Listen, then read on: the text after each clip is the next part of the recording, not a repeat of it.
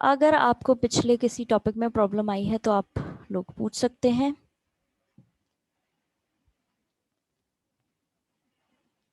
जो हमने last class में पढ़ा था उसमें किसी भी चीज़ में अगर कोई दिक्कत है तो पूछ लो।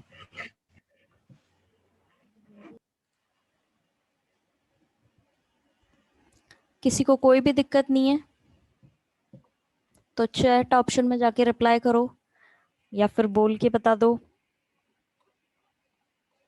No, ma'am, no problem. Okay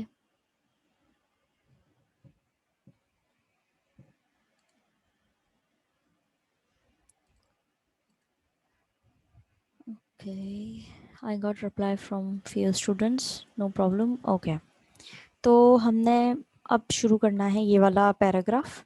इसके अंदर यवना किंगडम के बारे में बताया गया था। उसका मैंने आपको बताया था, साइड में आपके ये बॉक्स दे रखा है। What is Yavana? Yavana is a Sanskrit word used for the Greeks and other people who entered the subcontinent from the northwest। अब ये यवना जो है एक संस्कृत वर्ड है जो कि यूज किया जाता है ग्रीक लोगों के लिए या दूसरे लोगों के लिए जो एंटर करते थे सब कॉन्टिनेंट के अंदर। ठीक है, कहाँ से? North west. ये मैंने आपको इससे बताया था कि नॉर्थ वेस्ट कौन से एरिया को बोला जाएगा। इस अपर एरिया के लिए यूज किया गया था नॉर्थ वेस्ट। यहाँ पे पूरा मैप नहीं है इसीलिए मैं आपको इस तरीके से बता रही हूँ। अब इसको लाइन टू लाइन पढ़ेंगे। अच्छा, उससे पहले मैं आपसे एक क्वेश्चन पूछना चाहती हूँ कि ये जो लिखा हुआ है यहाँ पे वर्ड पीपल्स, क्या ये करेक्ट फॉर्म में है? Greeks and other peoples, peoples होगा या पीपल होगा?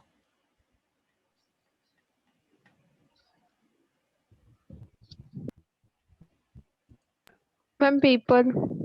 Okay good. तो ये चीज़ आउट ऑफ योर से थी कि यहाँ पे अगर आपको लिखना होता है ना जैसे पीपल्स, तो वहाँ पे आप Ma'am, apostrophe, people is a plural. या it is a plural word. ठीक है, तो कई बार क्या होता है बुक्स में गलत भी छप Yes, जाता है, ma'am. तो you don't have to stick to that concept। ठीक है, although the armies of the sultans were responsible for the destruction of the city of Vijayanagara, relations between the sultan and the rayas were not always or inevitably hostile in spite of religious differences। अब क्या था, भले ही सुल्तान जो है वो responsible रहे थे विजयनगरा को तबाह करने में, लेकिन फिर भी कई बार सुल्तान और रायाज जो होते थे उनके रिश्ते हमेशा खराब नहीं रहे थे, भले ही उनकी धार्मिक सोच अलग हो। Krishnadev Raya, for example, supported some claimants to power in the sultanates and took pride in the title establisher of the Yavana kingdom। अब कृष्णदेव राया जो रहे हैं एक इनके विजयनगरा के एक रूलर रहे हैं, राजा रहे हैं। ठीक है, ये एक एग्जाम्पल है जो सपोर्ट करते थे सल्तनत के पार को। ठीक है, और इनको एक टाइटल भी दिया गया था, took pride in the title establisher of the Yavana kingdom, यानी कि यवना किंगडम के क्या है ये एस्टेब्लिशर हैं, इस तरह का इनको टाइटल दिया गया था। Similarly, the Sultan of Bijapur intervened to resolve succession disputes in Vijayanagara following the death of Krishnadev Raya। जैसे कि हमने पिछली क्लास में पढ़ा था, कृष्णदेव राया की मौत के बाद में काफ़ी ज़्यादा शुरू हो गया था, डिस्ट्रक्शन शुरू हो गया था और कॉन्फ्लिक्ट्स शुरू हो गए थे। उसी तरह सुल्तान जो रहे हैं बीजापुर के, उन्होंने कोशिश करी थी कि विजयनगर के अंदर जो उनके चीफ और उनके जो सिटी के अंदर जो प्रॉब्लम्स क्रिएट हो रही हैं, डिस्प्यूट्स चल रहे थे उनके आर्मी कमांडर्स के अंदर क्योंकि वो उनके सक्सेसर्स जो थे कृष्णदेव राया के बाद में, जो उनके अलग जो आगे राजा हुए थे, उनको वो लोग मानते नहीं थे, उनके कंट्रोल में रहना नहीं चाहते थे, उनके बीच में लड़ाइयाँ होती रहती थी। उसको किसने सॉल्व करने की कोशिश करी? जो सुल्तान थे बीजापुर के, उन्होंने कोशिश करी थी। तो यहाँ पे ये आपको सिंपली जो चीज़ बताई जा रही है वो ये है कि भले ही सुल्तान रिस्पॉन्सिबल रहे हैं विजयनगरा को बर्बाद करने में, लेकिन कुछ सुल्तान जो थे इनके हित में भी काम करते थे। In fact, the Vijayanagara kings were keen to ensure the stability of the sultanates and vice versa। और इसीलिए विजयनगरा के जो राजा लोग थे वो पक्का करते थे कि स्टेबिलिटी बनी रहे सल्तनत और उनकी आपसी रिलेशन में। और सुल्तान भी जो है वहाँ के, उनका भी कुछ सुल्तान जो थे उनका भी मानना ये था कि दोनों के रिश्तों में स्टेबिलिटी बनी रहे, स्थिरता बनी रहे। It was the adventurous policy of Rama Raya, who tried to play off one sultan against another, that led the sultans to combine together and decisively defeat him. अब ये एक अलग पॉइंट है. एक रामा राया करके थे, उन्होंने एक पॉलिसी बनाई थी. ठीक है, इनके बारे में सिर्फ इतना ही डिस्क्रिप्शन है कि इन्होंने एक पॉलिसी बनाई थी जिन्होंने, इसमें वो चाह रहे थे कि एक सुल्तान को दूसरे के खिलाफ भड़का दिया जाए और फिर इनको तबाह कर दिया जाए. लेकिन हुआ क्या, इसके विपरीत हुआ. सुल्तान जो है वो साथ में इकट्ठे हो गए, उनमें यूनिटी थी और उन्होंने रामा राया को बहुत बुरी तरीके से हरा दिया. इस पैराग्राफ के अंदर कोई प्रॉब्लम आई है तो आप पूछ सकते हैं, नहीं तो फिर हम आगे बढ़े.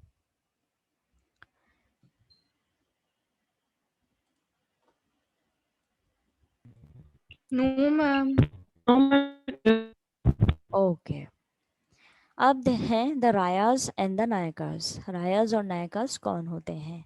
ठीक है, जो आपने जाना होगा जैसे कि कुछ लोग जो है मिलिट्री चीफ्स जो हैं वो, उनको भी एम्पायर के अंदर कुछ पावर्स दी जाती थी. ठीक है, और उनको आर्म्ड सपोर्ट दिया जाता था, यानी उनको आर्मी दी जाती थी एक, और वो कंट्रोल करते थे किले जो होते हैं वहाँ पर, उसको करते थे. ये चीफ जो है एक जगह से दूसरी जगह इनको ट्रांसफ़र किया जाता था, राजा के द्वारा किया जाता था. ठीक है, और इन्हीं चीफ को क्या बोला जाता था? नायकार्स. तो रायास तो कौन हो गए? राजा लोग हो गए. और नायकार्स कौन हो गए? जो चीफ होते हैं, आर्मी चीफ जो होते हैं वो होते थे. Ma'am, military chiefs. हाँ जी, मिलिट्री चीफ जो होते हैं उनको बोलते थे. उनको आर्मी चीफ भी इसलिए कह सकते हैं क्योंकि यहाँ पर उनको आर्म सपोर्ट भी दिया जाता था. ठीक है, मिलिट्री आर्मी एक तरीके से सिमिलर ही है. उसके बाद में इनको बोला जाता था नायकार्स. ये एक जगह से दूसरे जगह ट्रांसफ़र किए जाते थे. ट्रांसफ़र किसके द्वारा किए जाते थे? ट्रांसफ़र किए जाते थे रायास के द्वारा, जो राजा लोग होते थे उनके द्वारा किए जाते थे. और किस लिए किए जाते थे? क्योंकि वो अपनी पावर जो है दिखाना चाहते थे. होता है ना कि आपके ऊपर भी कोई है, वो आपको पल पल पे ये भले ही उसने आपको काफ़ी ज़्यादा पावर्स दे रखी हैं कि आप उनके एम्पायर को कंट्रोल करें, फोर्ट्स को कंट्रोल करें, चीज़ों को कंट्रोल करें, रेवेन्यू इकट्ठा करें, और उस रेवेन्यू को कहाँ यूज़ करना है, वो भले ही आपको पावर्स दे रखी है, लेकिन वो एट द एंड आपको ये कहीं ना कहीं जताई देगा कि वो ही आपके ऊपर है, वो आपका बॉस है. तो उसी चीज़ को जताने के लिए रायाज उनको एक जगह से दूसरी जगह पे शिफ्ट किया करते थे. ठीक है, अब ये जो नायकाज होते थे ये क्या करते थे? ये यूजुअली तेलुगु या कन्नड़ बोला करते थे. अब क्या हुआ था, कुछ समय बाद में ये, भले तो वैसे तो उनको नायकास को किसको रिपोर्ट करनी होती थी? रायास को रिपोर्ट करनी होती थी. जो किंग्स होते थे विजयनगरा के, उनको रिपोर्ट करनी पड़ती थी. लेकिन कई बार ये क्या, रिबेलियस भी हो जाते थे, यानी उनका ही विरोध करने लग जाते थे. फिर उनके खिलाफ क्या होता था? मिलिट्री एक्शन लेती थी, क्योंकि अब सबके ऊपर है तो राजा ही इम्पोर्टेंट, सबसे हाई कमांड तो वही है, उसकी बात ही मानी जाएगी. भले ये चीफ जो हैं ये सब चीज़ों को चला रहे हैं, लेकिन अगर यही उनके खिलाफ जाएंगे तो कई बार क्या होता था, इनके खिलाफ भी मिलिट्री एक्शन लेना पड़ जाता था. ठीक है, अब इसको हम लाइन टू लाइन पढ़ेंगे. Among those who exercised power in the empire were military chiefs who usually controlled forts and had armed supporters. अब ये जो एक्सरसाइज करने को मिलती थी इनको पावर्स, ठीक है, जो एम्पायर की काफ़ी ज़्यादा चीज़ों को चलाया करते थे, वो होते थे मिलिट्री चीफ्स. और ये कंट्रोल करते थे किले यानी फोर्ट्स को, और इनके पास में मिलिट्री सपोर्ट यानी आर्म्ड सपोर्टर्स भी इनके पास होते थे. These chiefs often moved from one area to another, and in many cases were accompanied by peasants looking for fertile land on which to settle. इन ये जो चीफ्स होते थे ये एक जगह से दूसरी जगह पे मूव किया करते थे, और कुछ केसेस के अंदर इनके साथ में पीजेंट्स भी मूव करते थे. और पीजेंट्स क्यों मूव करते थे? वो एक उपजाऊ जमीन के लिए मूव करते थे. ठीक है, फर्टाइल लैंड के लिए मूव करते थे, और वहीं पर इनके साथ में सेटल हो जाते थे. These chiefs were known as नायकास and they usually spoke Telugu और कन्नड़. ये chiefs जो है इनको जाना जाता था नायकास की तरह, और ये तेलुगु और कन्नड़ बोला करते थे. Many नायकास submitted to the authority of the kings of Vijayanagara, but they often rebelled and had to be subdued by military action. अब क्या होता था, वैसे तो इनको रिपोर्ट करना होता था राजा को, ठीक है, और कई बार क्या होता था, ये राजा के खिलाफ रिबेलियस हो जाते थे, विरोध कर देते थे. और उसी कारण इनके खिलाफ इनको कौन वश में लाता था, फिर मिलिट्री एक्शन जो है इनके कंट्रोल करने के लिए इनके खिलाफ ही यूज किए जाते थे। अब जैसे कि हमने ऊपर की 3 लाइनों में पढ़ा था, इनको मिलिट्री आर्म सपोर्ट मिलता था, ठीक है। उसके बावजूद जब यही राजा के खिलाफ हो जाते थे तो राजा ही इनके लिए उसके लिए एक खिलाफ बोल देता था कि अब इनको कंट्रोल कर लो, मिलिट्री एक्शन इन्हीं के खिलाफ कर लिया जाता था। आपने कई बार सीरियल्स में भी देखा होगा, टीवी सीरियल्स जो होते हैं हमारे उसके अंदर भी, कि कई बार आपने देखा होगा कि चीफ जो होते हैं वो जब खिलाफ हो जाते हैं राजा के, तो राजा उन्हीं को उनको ही प्रिजन में डाल देता था ऑर्डर दे करके कि चलो इनको अब जेल में डाल दो, इनको अपनी कैद में डाल लो, ठीक है। तो यहाँ पे भी उसी तरह की चीज की जाती थी और इनको कंट्रोल किया जाता था। फिर हुए है एक हमारा नायका सिस्टम। ये पॉलिटिकल इनोवेशन था विजयनगर एम्पायर का। उससे पहले शुरू करने से पहले मैं पूछना चाहूंगी कि आपको फर्स्ट पैराग्राफ के अंदर कोई प्रॉब्लम आई है तो आप पूछ लें। हमने ये भी कंप्लीट किया है फर्स्ट पैरा। मैम हाँ जी। Ma'am submitted to the authority of the kings का मतलब जो किंग की अथॉरिटी, अधिकार तो राजा का ही है ना सबसे ऊपर, उसको ही इनको अपनी हर चीज, हरकत हर काम उसको ही सबमिट करना होता था राजा को। और अगर जब वो उसको ही नहीं करते थे प्रॉपरली तो फिर राजा इनके खिलाफ वो कर देता था। अब इसको एक कॉमन एग्जाम्पल की तरह देखो, जैसे कोई ऑफिस है, गवर्नमेंट ऑफिस है, ठीक है। वहां पर लोग काम कर रहे हैं, लोगों को अपॉइंट किया गया है। अब वो एज अ काम कर रहे हैं, जब अपन किसी गवर्नमेंट ऑफिस में काम करने जाते हैं तो वहाँ के जो ऑफिशियल्स होते हैं वो प्रॉपरली जब काम नहीं करते हैं और जो लोग हैं, आम जनता उनकी शिकायत कर देती है, तो उनसे ऊपर जो हेड होता है वो उनके खिलाफ एक्शन लेता है। उसी तरीके से यहाँ पर भी जब यहाँ पे बस शिकायत का नहीं बोला गया है, ठीक है, यहाँ पे शिकायत जैसा वर्ड नहीं दिया गया कि उनकी कोई प्रजा शिकायत कर रही है तब उनके खिलाफ एक्शन हो रहा है। जब वो अपना काम तरीके से नहीं कर रहा है, ऑफिशियल गवर्नमेंट एम्प्लॉय, ठीक है, तब, और ऊपर वाले को दिख रहा है कि ये काम तरीके से नहीं कर रहा और अपने आप को सुपीरियर बन रहा है या मेरे खिलाफ ही एक अपना एक स्टेटमेंट दे रहा है, तो वो ऑब्वियसली बात है उसके खिलाफ एक्शन लेगा ही। तो यहाँ पे भी वही चीज हो रही थी। अब समझ आया? Yes ma'am. चलिए, फिर था एक अमारा नायका सिस्टम। ये एक विजयनगरा एम्पायर के अंदर मेजर पॉलिटिकल इनोवेशन हुआ था, यानी राजनीतिक तौर पे एक अच्छा इनोवेशन हुआ था। ये दिल्ली सल्तनत से इंस्पायर्ड था, जो वहाँ पर इक्ता सिस्टम चलता था उससे इंस्पायर्ड था। अमारा नायका जो थे वो क्या थे, मिलिट्री कमांडर्स थे जिनको पर्टिकुलर टेरिटरीज दी गई थी, ठीक है। और जो टेरिटरीज उनको दी गई थी वो किसके द्वारा चलाई जाती थी, राया यानी राजा के द्वारा चलाई जाती थी। इनका मेन काम होता था कि इनको टैक्स कलेक्ट करने होते थे, या जो उधार पीजेंट्स को दिया गया है वो जो दूसरी चीजें ड्यू रही हैं पीजेंट्स के द्वारा वो कलेक्ट करनी होती थी, क्राफ्ट पर्सन से, ट्रेडर से। इन जो पर्टिकुलर टेरिटरी दी गई है उस एरिया के अंदर इनका काम होता था। जैसे अपने इनकम टैक्स वाले होते हैं, उनको पर्टिकुलर ऑफिस होता है हर एक जगह का इनकम टैक्स का, ठीक है। सबको अपना इनकम टैक्स पे करना पड़ते हैं, टैक्सेस हर तरह के जो हैं वो पे करने पड़ते हैं। तो वैसे ही यहाँ पे इन लोगों को इसलिए लगाया गया था, हमारा नायका सिस्टम के अंदर मिलिट्री कमांडर्स को, उनको पर्टिकुलर एक एरिया दिया गया था जो राया के द्वारा चलाया जाता था, ठीक है। रूल राया ही कर रहा है उस पर, लेकिन इनका काम क्या है, वहाँ के टैक्स कलेक्ट करना, जो ड्यूज बच गए हैं पीजेंट्स और क्राफ्ट पर्सन और ट्रेड्स जो हो रहे हैं उन उस एरिया के अंदर, उन सब से रेवेन्यू कलेक्ट करना, ठीक है। अब ये जो रेवेन्यू कलेक्ट करते थे, ये कुछ रेवेन्यू इनको अलाउ था, ये पर्सनल यूज के लिए भी यूज करते थे। और जो वहाँ पर जैसे घोड़े और एलिफेंट्स जो हैं उनको पालना, क्योंकि वो काम आते थे ना वॉर वगैरह में, जब लड़ाइयाँ होती थी तो उनकी देखभाल करना, उसमें भी खर्चा ये करते थे। कुछ पर्सनल यूज के लिए होता था और कुछ मेंटेन करने के लिए होता था, अपने हॉर्सेस और एलिफेंट्स और भी चीजें जो थी।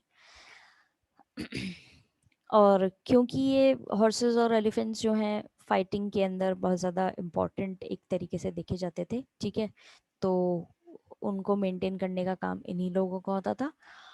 और कई बार क्या होता था, इसी रेवेन्यू से ये लोग जो है टेम्पल जो बने हुए हैं उनको मेंटेन करवाते थे, या इरिगेशन वर्क में किसी को हेल्प चाहिए तो उसको मेंटेन करवाते थे, ठीक है। ये काम था बेसिकली हमारा नायका जो सिस्टम था उसके अंदर मिलिट्री कमांडर्स का। अब हम इसको लाइन टू लाइन पढ़ेंगे। The Amara Nayakas were military commanders who were given territories to govern by the Raya. अमारा नायकास जो हैं वो मिलिट्री कमांडर्स हुआ करते थे जिनको टेरिटरीज दी गई थी, यानी एक पर्टिकुलर एरिया दिया गया था जो बेसिकली किसके द्वारा गवर्न किया जाता था, राया के द्वारा. They collected taxes and other dues from peasants, craftspersons and traders in the area. ये कलेक्ट करते थे टैक्सेस और जो दूसरी चीज़ें ड्यू हुआ करती थी किनके द्वारा, पीजेंट्स और क्राफ्ट पर्सन और ट्रेडर्स के द्वारा. ठीक है, जो भी उस एरिया के अंडर आ रहे हैं उन लोगों से ये टैक्स कलेक्ट करते थे. They retained part of the revenue for personal use and for maintaining a stipulated contingent of horses and elephants. ये एक हिस्सा जो है रेवेन्यू का अपने पर्सनल यूज़ के लिए यूज़ किया करते थे और बाकी चीज़ें जो इनको मेंटेन करनी होती थी जैसे हॉर्सेस और एलिफेंट्स उनको चलाने के लिए, अपने कॉन्टिजेंट को चलाने के लिए भी यूज़ किया करते थे. क्योंकि ऐसा तो है नहीं कि इनका खर्चा नहीं होता हॉर्सेस और एलिफेंट्स को फीड कराना, उनको खिलाना और उनकी मेंटेनेंस में भी बहुत चीज़ें यूज़ होती थी. अब जो है हमारे ज़माने में अभी हमारे आर्म फोर्सेस हैं, मिसाइल्स हैं और रॉकेट्स हैं, ये सब चीज़ें हैं, टैंक्स हैं, आर्म फोर्सेस हैं, वेपन्स हैं, इनको मेंटेन करना पड़ता है. तो पहले के ज़माने में इन चीज़ों को मेंटेन करना पड़ता था. These contingents provided the Vijayanagara kings with an effective fighting force with which they brought the entire southern peninsula under their control. अब ये जो contingent था यानी कि ये horses और elephants जो हैं ये क्या provide करते थे, विजयनगरा के kings को एक effective armed forces देते थे कि हाँ हमारी army जो है उसके अंदर हमारे पास घोड़े हैं और एलिफेंट्स हैं और ये एक अच्छा सोर्स होता था इनके पास में लड़ाई जीतने के लिए. ठीक है, बाकी चीज़ें तो होती थी, मैन पावर तो होती थी, इसके साथ में ये चीज़ें भी जो है इम्पोर्टेंस रखती थी उस ज़माने में. तो ये लोग इस चीज़ को यूज़ करते थे और इसको ही यूज़ करके इन्होंने पूरा एंटायर सर्दर्न पेनिनसुला जो था अपने कंट्रोल में कर लिया था. Some of the revenue was also used for the maintenance of temples and irrigation work. और कुछ जो है रेवेन्यू यूज किया जाता था टेम्पल्स को मेंटेन करने में और इरिगेशन वर्क में.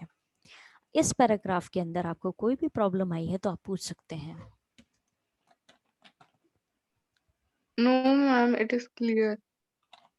फर्स्ट पैराग्राफ आपका सेकंड पैराग्राफ से कनेक्ट हो पा रहा है, समझ आ रहा है? Yes, Yes, ma'am. ma'am. Okay. Yes, ma'am. अब ये अमारा नायकास जो होते थे ये कई बार राजा को साल भर में कुछ गिफ्ट्स भिजवाते थे. ठीक है, अपनी लॉयल्टी दिखाने के लिए अपनी तरफ से उपहार भिजवाते थे ये लोग. कुछ तो एनुअली भिजवाते थे और कुछ लोग जो हैं अपने पर्सनली जाकर के राजा के सामने ये सब प्रेजेंट करते थे कि हाँ हम अभी भी लॉयल हैं.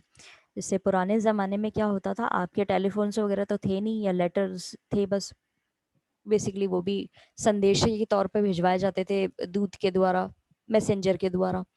तो यहाँ पे इनका क्या एक ट्रेडिशन था, इनका एक छोटा सा वो चलता था कि ये अपनी कि हाँ जैसे इन्होंने कुछ अच्छा पाया होता था या कुछ इनकी अच्छी डिस्कवरी होती थी या अपने एरिया में इनको कुछ अच्छा लगता था तो ये उसको राजा के सामने जाके कि भाई आपको एज ए गिफ्ट जो है हम अभी भी आप ही के मतलब हम रिबेलियस नहीं हो रहे हैं और आपके विरोध में नहीं जा रहे हैं किसी भी तरीके से और ये हमारी तरफ से आप छोटा सा उपहार जो है इसको एक्सेप्ट करें. इस तरीके से ये उनके सामने प्रेजेंट करते थे और राजा जो है वो क्या करता था, अपने यहाँ कंट्रोल दिखाने के लिए इनको एक जगह से दूसरी जगह ट्रांसफर किया करता था. इस कोर ये जो पीरियड चला था ये 17 सेंचुरीज के दौरान था और बाद में क्या हुआ, इसके अंदर कई सारे नायकास ने खुद के इंडिपेंडेंट किंगडम्स भी जो हैं वो बना लिए थे. ठीक है, और इसी वजह से ये इम्पीरियल स्ट्रक्चर जो है सेंट्रल इम्पीरियल स्ट्रक्चर विजयनगरा का वो धीरे धीरे बिखरता जा रहा था. अब हम इसको लाइन टू लाइन पढ़ेंगे. द अमारा नायकास sent tribute to the king annually and personally appeared in the royal court with gifts to express their loyalty. अमारा नायकास जो है अपना ट्रिब्यूट देने के लिए राजा को हर साल या पर्सनली जाकर के अपने रॉयल कोर्ट के अंदर यानी कि शाही अदालत होती है उसके अंदर अपनी प्रेजेंस फील करवाते हुए राजा के सामने गिफ्ट रखा करते थे दिखाने के लिए और जताने के लिए कि हम अभी भी आपकी को लेकर के लॉयल हैं, हमारी जो ईमानदारी है वो आप ही के लिए है. ठीक है, Kings occasionally asserted their control over them by transferring them from one place to another. और राजा लोग जो होते थे वो अक्सर क्या करते थे, ओकेजनली उनको एक जगह से दूसरी जगह ट्रांसफर कर देते थे अपना कंट्रोल दिखाने के लिए, ठीक है, कंट्रोल दिखाते हुए. However, during the course of the 17th century, many of these नायकास established the independent kingdom. और कुछ समय बाद में इस कोर्स ये 17th सेंचुरी के दौरान धीरे धीरे जो है नायकास ने अपने खुद के इंडिपेंडेंट किंगडम्स जो है वो बसा लिए थे, स्टैब्लिश कर लिए थे. This hastened the collapse of the central imperial structure. और इसका रिजल्ट क्या रहा, धीरे धीरे जो है सेंट्रल जो मेन स्ट्रक्चर था, अब क्या होता है, एक प्रॉपर राजा एक किसी जगह को बिलोंग करता है, वो उसका सेंट्रल हेड बन जाता है उस जगह का, ठीक है. उसके बाद में वो लड़ाइयाँ लड़ता हुआ भले ही अपने किंगडम को फैलाता जाता है, धीरे धीरे आगे बढ़ता जाता है, लेकिन सेंट्रल स्ट्रक्चर तो वही रहता है, बेसिक सेंटर तो वही रहता है पावर का, जहाँ पे वो खुद स्टैब्लिश्ड और रूल कर रहा है, ठीक है. वहां से वो बाकी एरियाज को रूल तभी कर पाता है जब इस तरह के नायकास जो है उसको लेकर के लॉयल हो. अब जब ये नायकास जो है वो लॉयल ही नहीं रहे और धीरे धीरे उसके रिबेलियस, उसके खिलाफ रिबेलियस हो जाए और अपने खुद के इंडिपेंडेंट किंगडम्स बसाने लग जाए, तो मेन पावर का कोई रोल ही नहीं रहा. धीरे धीरे इस तरीके से स्ट्रक्चर जो है वो धीरे धीरे खराब हो रहा था और विजयनगरा का डिस्ट्रक्शन इस तरीके से शुरू हो गया था. इस पैराग्राफ के अंदर आपको कोई भी दिक्कत आई है तो भी आप पूछ सकते हैं. Ma'am it is clear. Okay, बाकी जने भी रिप्लाई करेंगे.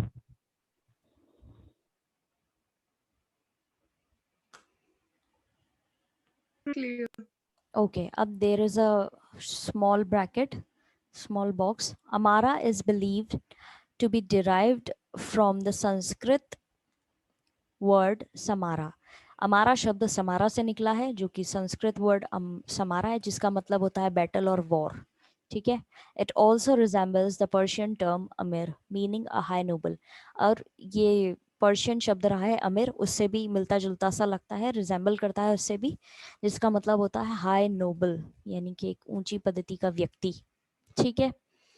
तो ऐसे हमारा हमारा जो शब्द है वो निकाला गया है हमारा से, और कुछ कुछ उसकी चीजें जो रिजेंबल करती है वर्ड आमिर आमिर से.